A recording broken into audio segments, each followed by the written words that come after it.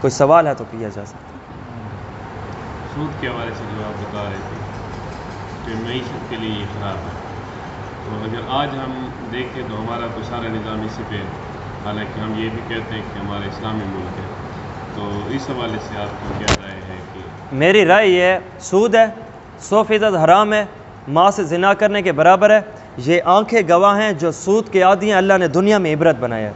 ہم مسلمان قوم ہیں، ہمیں سود نہیں لگتا، سگو سود پچدا نہیں، ہم وقتی طور پہ فوراً پکڑ لیے جاتے ہیں۔ میں آپ کو کیا واقعات اپنے آنکھوں دیکھا بتاؤں، برباد ہو کے اجڑ گئے ہیں۔ سب سے بڑا اٹیک خدا تعالیٰ عقل پہ کرتا ہے، عقل ماری جاتی ہے، قریب اپنے ہاتھوں سے مزید نعمتوں کو انسان تباہ و برباد کرتا ہے۔ اور رہ گئی بات کہ اس کے اوپر نظام ہے، اور بھائی رکھا ہے تو ہے نا، ہٹا دے تو ہٹ جائے گا۔ آپ کی ملک پاکستان کی عدالت 4 مرتبہ یہ کہہ چکی ہے کہ ہمارے کانسٹیٹیوشن آف پاکستان کے قانون کے مطابق سود عین حرام ناجائز ہے، اس پر نظام نہیں ہونا چاہیے۔ تو حکومت کو کہا ہے کہ تم ہٹا دو، پھر انہوں نے مہلت مانگی کہ 4 مہینے 10 مہینے، اور یہی لالی پاپ ہے جو چل رہا ہے۔ جب افراد صحیح طریقے سے بننے پر آ جائے نا، اللہ مدد کرتا ہے۔ مجھے آپ بتاؤ نا، بنی اسرائیل نکلنا چاہتی تھی نا، تو موجود کتنا گہرا سمندر اللہ نے بچایا، اصحاب بدر 313، کیا اللہ کی مدد ہوتا ہی ایسے ہے۔ تم تو کچھ کرو، میرا کچھ کرنا ضروری ہے، جب کر لیا اللہ تعالیٰ کی مدد آتی ہے۔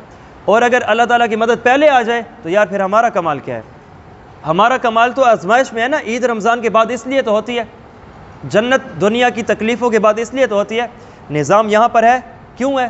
ہم نے رکھا ہے، ہم نے ساتھ دیا ہے، نظام چلے۔ حکومت سے مطالبہ کرنا چھوڑ دو کہ ہم سود وہ ختم کر سکتے ہیں، اور اللہ انہوں دا کھاتا ہی تھیں کھڑا ہے۔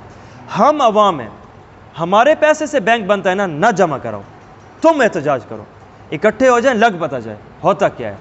پھر وہی حکومتی امپلائی کی تنخواہ آئے تو آئے، میرا تاجر نہ رکھے، میرا امیر نہ رکھے، پیسے کو سرکل میں لاؤ۔ یہ میرے مزاج کو آج قوم بینک نے خراب کیا ہے۔ کبھی میرا جی چاہتا ہے آپ کو اس کی تاریخ بتاؤں بینک ہے کیا چیز۔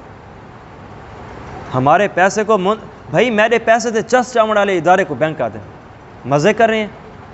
اچھا ہم پیسے رکھوا لیں بینک میں، ہم جو نہیں لیتے، ہماری ذات کی یہ صوفیت ہے۔ وہ پیسہ کہاں جاتا ہے؟ کہیں تو لگتا ہے ان کو مزید نفع دے رہے ہیں، نیکی کر کے گناہ میں حصہ لگ رہا ہے۔ اس لیے جتنا ہو سکتے ہیں ہم پیچھے ہٹیں، ہمارا نظام اس پہ نہیں ہونا چاہیے۔ ہم اللہ کے پیارے ہیں، اور قرآن نے واضح طور پہ، یہ اللہ کی کتاب ہے، اس نے واضح طور پہ، یہ میری بات نہیں ہے، آواز میری ہے، الفاظ اللہ کے ہیں، اور اس کا میں آپ کو مطلب بتا رہا ہوں۔ جو شخص سود کھاتا ہے وہ اللہ اور اس کے رسول کے ساتھ اعلان جنگ کر رہا ہے، تبھی تو مار کھاتا ہے، تبھی تو پیچھے ہٹتا ہے، تبھی تو عبرت بنتا ہے۔ یار میں یہ ابھی آپ کو بتایا، بنی اسرائیل قوم عمالقہ کو ٹرک گئی، تھوڑی ہی جان ہی تیز، اب اللہ سے ہم جنگ کریں کیسے کر سکتے ہیں؟ جسم کمزور ہے۔ ٹھیک ہے جی۔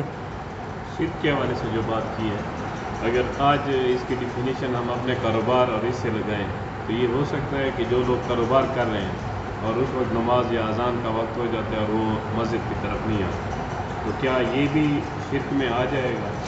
میں آپ کو یہ رائے ہے نہیں، بعض کی یہ رائے نہیں ہے حضرت۔ میں آپ کو یہ بتاؤں، ایک اصولی بات آپ کو بتا دوں، گناہ ہونا اور ہے، شرک ہونا اور ہے۔ یہ ضروری نہیں ہے کہ جب بھی ہم گناہ کریں وہ شرک ہوگا۔ اب جیسے گالی دینا گناہ ہے پر شرک نہیں ہے، اسی طرح جو بندہ نماز کے وقت دکان پہ بیٹھا ہے یہ گناہ ہے، یہ حرام ہے، یہ غلط بات ہے، پر شرک نہیں ہے۔ آپ 2 باتوں کو سمجھو، شرک 2 چیزوں میں ہوتا ہے۔ آپ اللہ کی ذات کو بڑھاؤ، تعداد بڑھاؤ، یعنی اللہ ایک نہیں 2 ہیں، 2 نہیں نعوذ باللہ 4 ہیں، یہ کسی نے سوچ لیا یہ شرک ہے۔ یا اللہ جیسی طاقت کسی اور میں ہو، یہ شرک ہے۔ بنیادی طور پہ یہ 2 چیزیں ہیں، اللہ کی ذات، اللہ کی طاقت۔ اللہ ذات میں ایک ہے، اللہ طاقت میں اس جیسا کوئی نہیں ہے، یہ 2 ملیں یہ توحید ہے۔ کسی ایک میں آپ اضافہ کرو گے یہ شرک ہے۔ اب جس ڈیفینیشن کو اس کام پہ لگائیں، ایک بندہ دکان پہ بیٹھا ہے نا، وہ مانتا بھی ہے یار چلو ٹھیک ہے، ہونے اڑدا، تو نہ یہ کام اللہ کو ذات میں بڑھا رہا ہے، نہ یہ کام اللہ کی طاقت کسی اور میں ڈال رہا ہے۔ ہاں یہ بات ہے کہ تھوڑا لالچ میں آ چکا ہے، تو اس لیے، اور دوسری بات یہ کہ یہ بعض کی رائے بھی نہیں ہے، اور اس حوالے سے دکاندار کو ایسا نہیں کرنا چاہیے۔